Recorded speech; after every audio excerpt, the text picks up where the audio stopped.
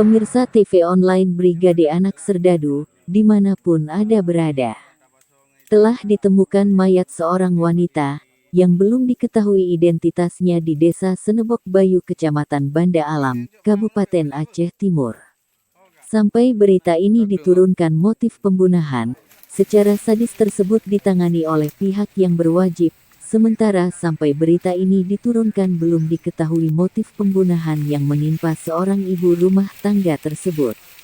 Saat ini mayat korban sudah dibawa ke Rumah Sakit Umum Langsa guna dilakukan otopsi. Ismail melaporkan dari Aceh Timur.